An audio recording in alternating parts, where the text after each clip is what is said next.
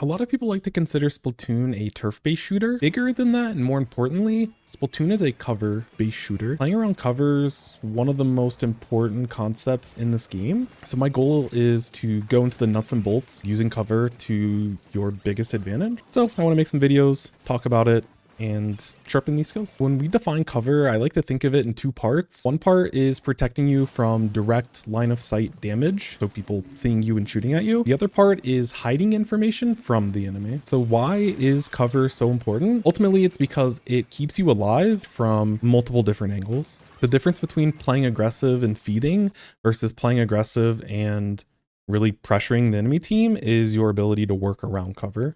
Once you start noticing that, you can isolate fights, you can start playing more aggressive, but still play relatively safe. Some common pieces of cover in Splatoon are, the pillows, ledges, and walls.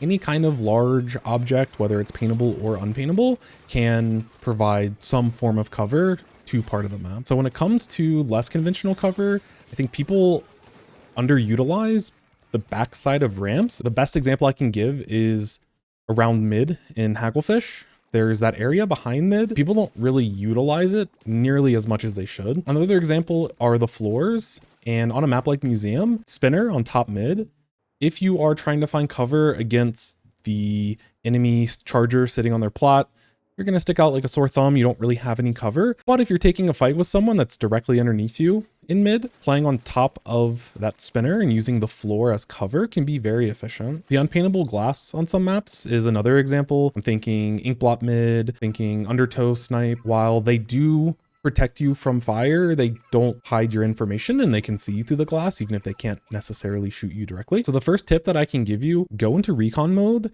and really analyze every piece of cover that is on the map. If we think about the cover itself as a flat surface, the objects themselves can provide multiple angles of cover potentially. If you think about a block, you can play on all four sides of the block. You can play on top of the block.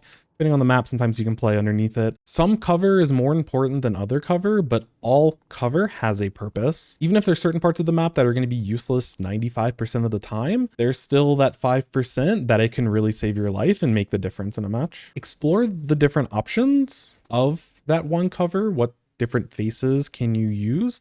What are the advantages and disadvantages? If you're sitting behind a piece of cover, what angles are you protecting from? What angles are you exposing yourself to? One example I really like to give is the Manta Maria cut and pushing through mid, flanking the enemy team bunker. That's a really good flank, but it has very obvious strengths and weaknesses. If the enemy team is playing on top of the bunker, or they're playing to the right side of the bunker, they're playing on top of that cut, then you are an easy target.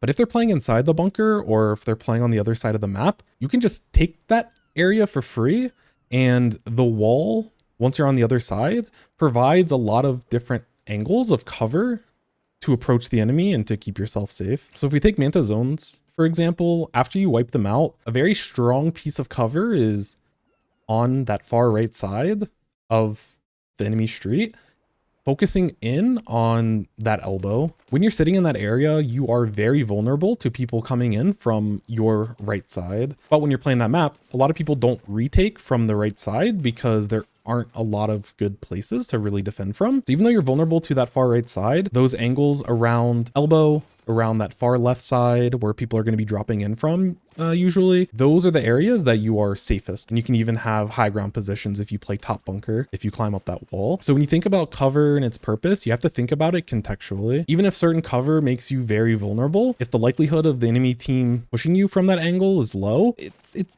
effectively negligible. It's not a weakness of the cover in those circumstances. All right, tip number 2, this is where people get themselves into trouble the most. You always want to fight around cover. Anytime you're taking a fight or moving around the map in Splatoon, you need to be aware of your escape routes. How do I get out? Where is the next piece of cover that I can hide behind, can jump out from? You want to think about this beforehand as you're setting up for the fight or as you're moving around the map. While I think a lot of people usually do a pretty good job of using cover to set up for fights, it's that continuation play where after that fight goes on for a long time, or if you get the pick, what is that next step? We need to immediately move to cover. The longer that you're sitting out of cover and you're just kind of chilling out in the open, the more angles that you're going to be exposed to, and eventually you'll get caught off guard or get punished. Especially in the current meta with a lot of mid-ranged options, a lot of chargers and backline. If you're not aware of the dangers, being out in the open is the #1 way of just randomly getting splatted. Anytime that you're playing outside of cover should be a deliberate decision. Oh, I need to get out of cover because the enemy team's not looking at me, and I can very quickly run in, close the gap, find a free splat on the enemy. In order for my weapon to be able to find this pick, I need to move a little bit forward outside of the cover to get within range to be able to use my weapon. And after a couple of shots, move back into cover, back into position. Your default position should always be playing behind cover, and that's why it's so important to know all of your different options within any given map. Tip 3 are the strengths and weaknesses of cover. So when defining cover, I mentioned that it protects you from direct line of sight damage. In a game like Splatoon, there are main weapons, there are subs, there are specials that can play around cover. Some things can play past or over top the cover well, such as sloshing weapons, blasters. Some things are really powerful underneath ledges and can ledge camp. We think about rollers, splatanas, and then there's some weapons that are really comfortable playing on top of cover. We think about sloshers, we think about brushes. So as we start looking at weapon matchups, you want to be thinking about where is my weapon strong and where does it struggle. When you're taking matchups and fights against the enemy weapons, when you're looking at a weapon in particular, what are they strong against? What are they weak against? The more comfortable you are with making those decisions ahead of time, the more natural it's going to be for you to position yourself not only around cover, but use the cover in a way that's beneficial for your weapon. The range of the weapon's also important. The longer the range of a weapon, the more comfortable they are playing in open areas and playing without using cover. So a lot of the shorter range shooters are very mobile and they love playing around cover. They can quickly maneuver around and they can go from cover to cover, close the distance and find picks. Whereas you look at a lot of the mid-range weapons or chargers or another example where they're really comfortable playing in open spaces between cover because they will often have that range advantage against the weapon that they're fighting against. Subs in this game, bombs are a great way of playing around cover. Things like Toxic Mist can prevent you from being able to play on specific cover. Point Sensor is a way for you to get information about where the enemy's at, even if you can't directly shoot at them.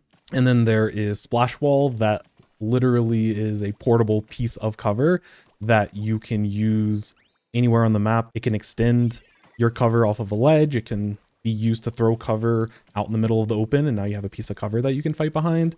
You're able to shoot through it. The enemy can't shoot through it themselves. Very, very strong. Tip 4 is around knowing when to play on cover versus off cover. So if you're playing on the cover, you are bumped up right next to it, up against it. When you're playing off cover, you have a little bit of space between you and the cover, and there's some advantages to doing one versus the other. Sometimes it's based off of the weapon that you're using, sometimes it's based off the weapons that you're fighting against, or different risk and dangers on the map that you have to be aware of. In general, when you're playing on cover, you are committing to that position a little bit harder. The benefit is that you can quickly push the enemy off of the cover and catch them off guard. You also, if you get to cover before the enemy, you also have that opportunity to defend the cover and deny the enemy team an opportunity to use it themselves. One of the weaknesses is that sometimes you can get stuck behind cover, and if you're playing against a blaster or rainmaker shots or bombs, sometimes if you get stuck in a certain area, you either have to jump out or you're inevitably gonna get splatted. Compared to playing off cover where it's a little bit less committal, which allows you a little bit more freedom and flexibility with dodging those different attacks. If there's a blaster approaching you, you can fully back away and disengage from that cover without having to worry about taking damage. That being said, you have a harder time actually defending that cover, so there's a chance that if you don't actually take the cover, the enemy team can get there before you, and then now they have advantage and they can play around that cover better than you can.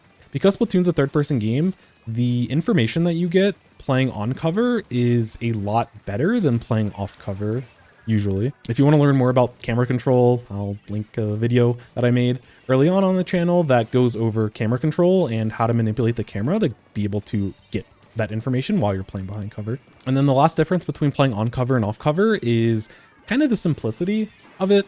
If you're playing on cover, it's usually pretty simple of which angles you're exposed to and which angles you are covered from. Usually those sight lines are pretty sharp and pretty obvious. Whereas if you're playing off cover, your line of sight is a little bit fuzzy from different directions. And if you're not super comfortable about playing off of cover, you can definitely leave yourself exposed from a lot of different angles, and those mid-range, long-range weapons can definitely catch you off guard if you're just kind of sitting out in the open. The further away you are from cover, the more out in the open you are, if you think about it. It's nice because there's more options of cover that you can go to, but in that moment, you don't have cover that you're directly working with. The last tip that I don't think a lot of people really think about is corners. Corners give you options. If you think about any piece of cover, if you play on the corner versus in the middle of the cover, you can effectively use two different pieces of cover at once. So if someone's shooting at you or throwing bombs at you, if you play on the corner, you can use either cover that's more advantageous for you in that moment versus playing directly in the center of cover. You're kind of stuck on that flat surface for a longer time, and it takes you a little bit longer to react and turn that corner and that angle. So anytime you watch high level players, you'll notice them playing those corners when it comes to cover because it gives them options. It gives them options to move forward, move backwards, or dodge side to side based off of how the enemy team plays. So some of it is preparation ahead of time, and that corner allows you to react to exactly what the enemy team does in that moment a little bit easier. And so this will probably be a handful of videos. I have at least 4 or 5 different topics that I have a script written for. So we'll keep going into cover more and more in depth. So if you are interested in this content, definitely subscribe, do all that fun stuff.